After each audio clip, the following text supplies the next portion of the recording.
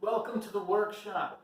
Today we want to take a look at comparisons of series, and in particular, we want to look at the direct comparison test. So we're going to use the direct comparison test to determine if the two given series converge or diverge. And in order to use the direct comparison test, we first have to have that we have positive terms, or that the series have positive terms. So first observe that it is in fact true in each case, or in this case for the first example, that all of these terms are greater than 0. Next, we want to either show that this is smaller than something, which converges, to show that overall it converges, or we want to show that it is smaller than something that converges, to show that this also converges. And in this case, I'm actually going to claim that it diverges. So I want to have this be the third term in our comparison here. So 0 is less than, 0 is less than 1 over n, 1 over 2n in particular, and which is less than 1 over 2n minus 1. Now you might find these comparisons through a little bit of work, a little bit of scratch work, and that's fine. But if I want to claim that this diverges, I need to find that it is larger than something that I know diverges. And this is 1/2 of the harmonic series. So we could take, we know that the harmonic series diverges, so even if we take half of a divergent series, it still diverges. Let's see here. So, in order to confirm that this is in fact larger than that, okay, what you can think of it as is when you increase a denominator, you decrease the fraction. So if you take our original term here and you increase the denominator by 1, then you end up with a fraction that is smaller. Okay? Take this denominator, increase it, and come up with a fraction that is smaller. All right. So that's my relationship.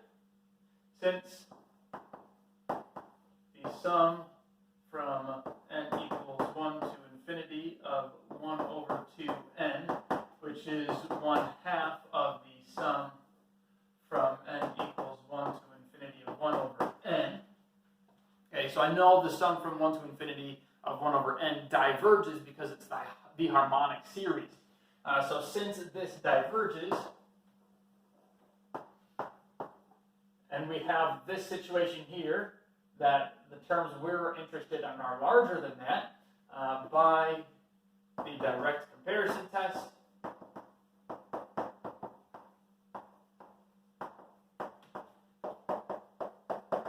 this sum we're interested in, or the series that we're interested in, the sum from 1 to infinity of 1 over 2n minus 1, also diverges.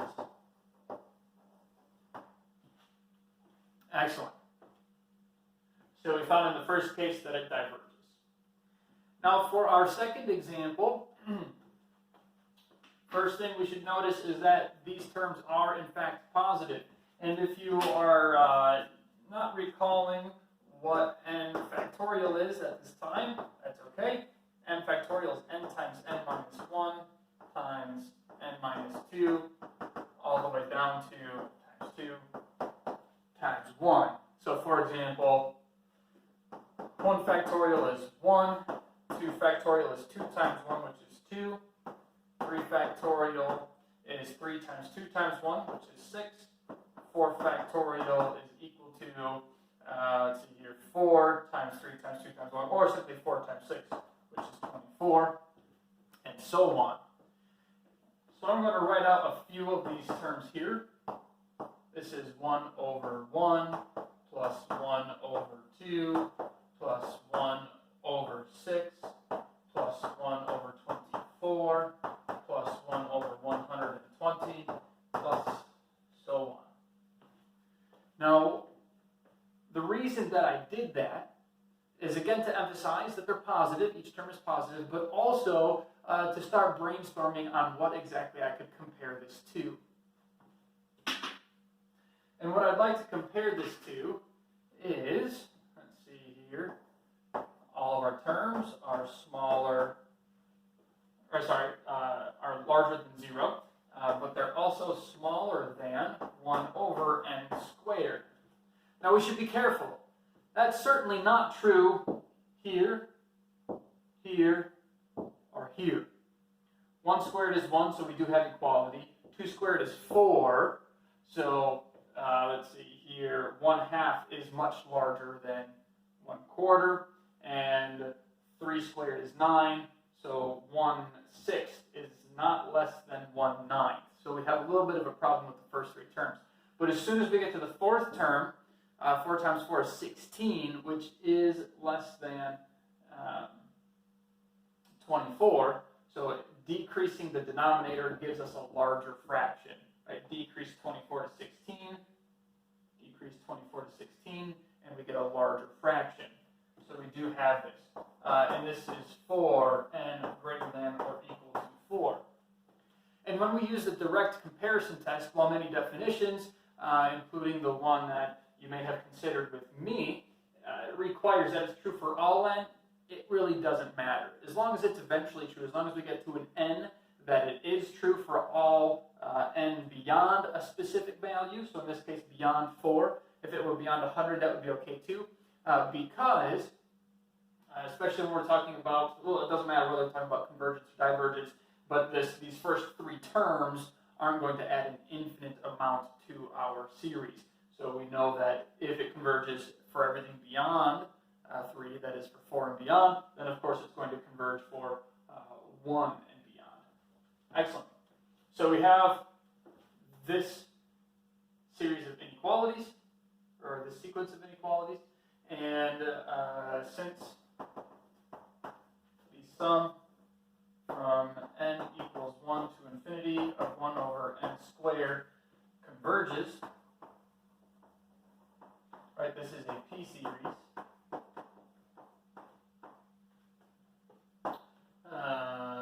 by the direct comparison test,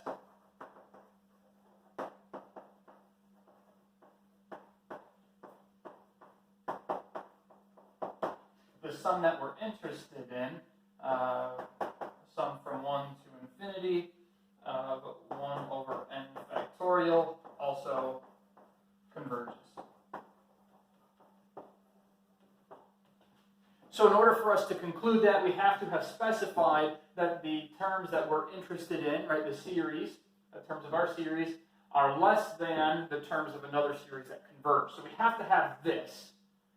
And then since this one, the series with these terms converges, then the series with these terms will also converge. Excellent. Just a quick reminder, this does not tell us what the series converges to. It just tells us that the series converges. Excellent. Let's see. Yeah, I was thinking there might be another example that we could consider, but I think that's all that I wanted to share for this example. So, I will see you guys again back in the workshop very soon.